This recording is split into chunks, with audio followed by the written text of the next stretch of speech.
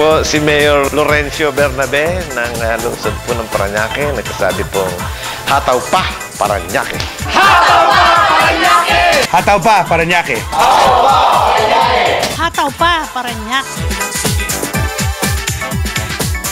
Magandang gabi po sa mga nanonood ng Gabay at Aksyon ng milyon-milyon na. Kay Rose Sulangon na siyang host ng programang ito. Ako po ay nagpapasalamat again for the opportunity na makapag-report po tungkol sa mga importanteng bagay na nangyayari sa Parañaque City. Dahil anibersaryo po ng Gabay at Aksyon at kumpleanyo ni Miss Rose Sulangon, binabati ko po ng happy anniversary ang Gabay at Aksyon. 10th anniversary na ng Gabay at Aksyon. Alam niyo po itong si Rose Sulangon, through these years, nagpapasalamat ako sa kanya sapagkat yung mga proyekto na ginagawa po natin ay kanya pong pinakikita at yan po ay nakakatulong sa maganda pong imahe ng lungsod ng Parañaque. Yan naman po lahat ay katotohanan at nakikita naman natin na minsan meron din siyempre nangyayaring negatibo. Okay din po kung maipakita basta as long as it's tama. So again, congratulations to Gabay at Aksyon on your 10th anniversary. Meron na kami pakingkim.